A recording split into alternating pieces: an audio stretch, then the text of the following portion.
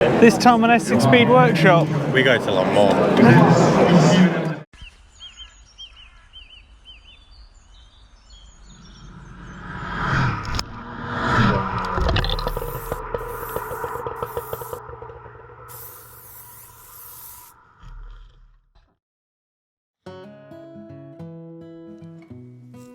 At 5 AM the journey begins. A 400-mile drive, well, slightly more after the route we took and a couple of detours, to Le Mans to watch the famous 24-hour race.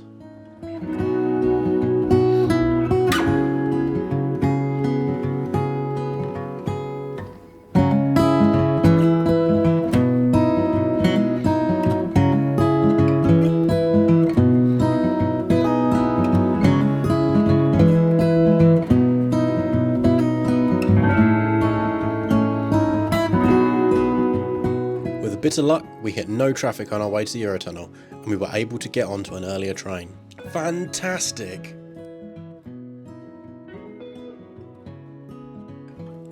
By 8 AM we were thundering, as much as you can do in a high mileage diesel Volvo, down one of France's many great toll roads, looking at the lovely French countryside. As well as the very pretty French landscape, occasionally we had V12 Ferraris screaming past, a couple of Caterhams which must have had to fill up every 30 miles with that thimble of a fuel tank, a brand new RS4 and many BMWs. Everything was going great until... So, car broke. just explain where we are. France. We're about 20 minutes from Le Mans. outside Le Mans. And well, the Volvo's dead. she just stopped working. Right, shall we check this? Let's see if it's got oil. I can't see if there's anything on there.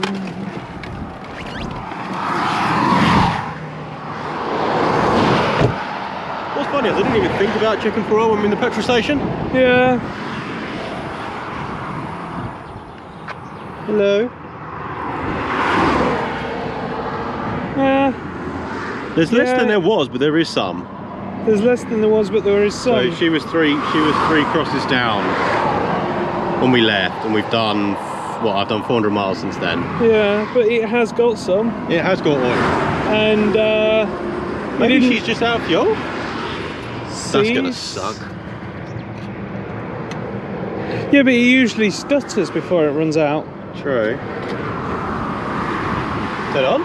Yeah, we'll try turning it on. Shut your bonnet. Huh? Shut the bonnet, because if it turns on, we'll just drive.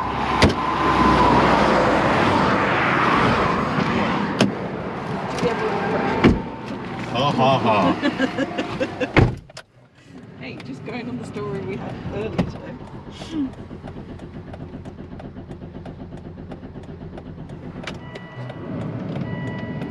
I mean, That does not... it's turning over, isn't it? Yeah, it's turning over.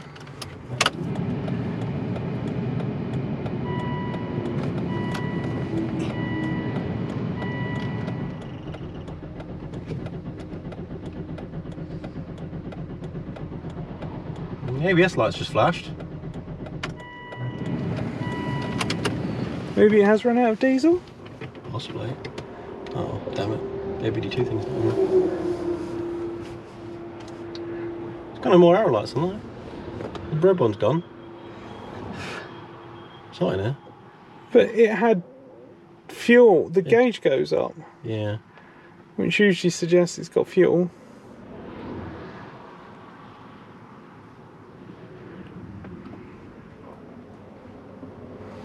I don't know.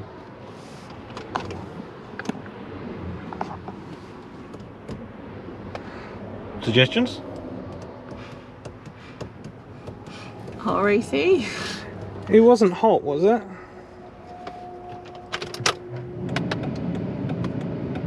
No. Well, it's got battery, because everything's... Yeah, everything's connecting.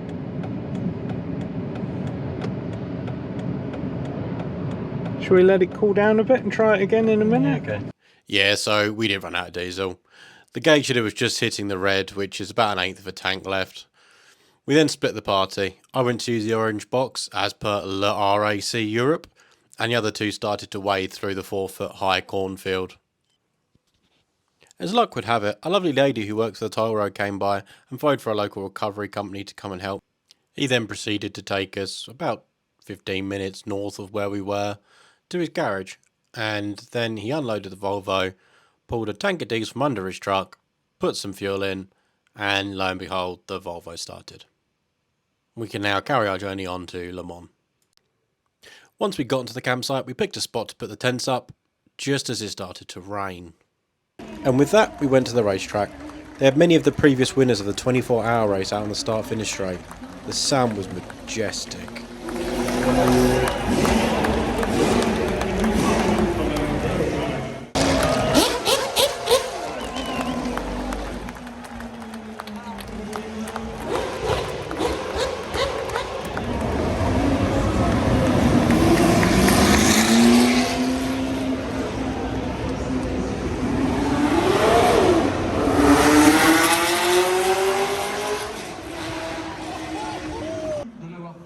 As it grew closer to time to start the race, the grandstand and every square metre of concrete was packed out.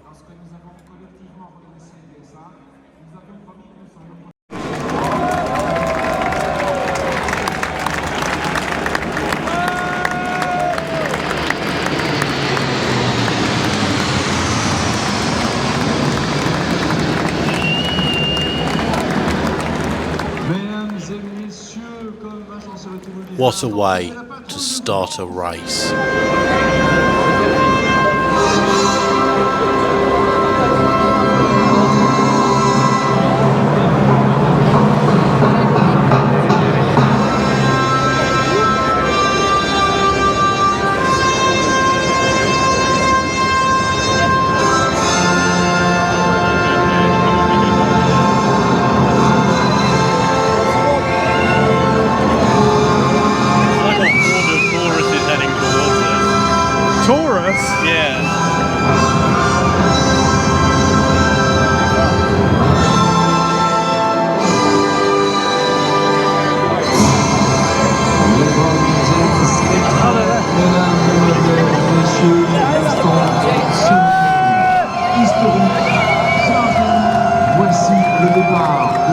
Du centenaire de la 24 heures du Mans.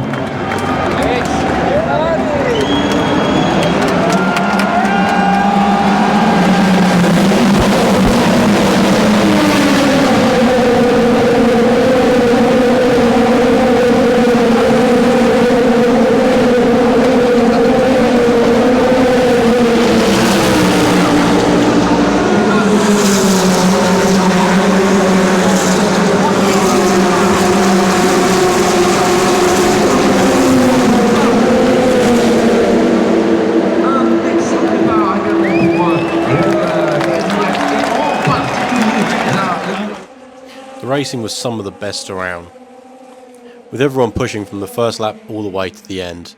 The hypercars were still swapping positions right at the top of the pack until the very end, where Ferrari won, and what was left of the GTE class only split by 40 seconds after 24 hours. Amazing.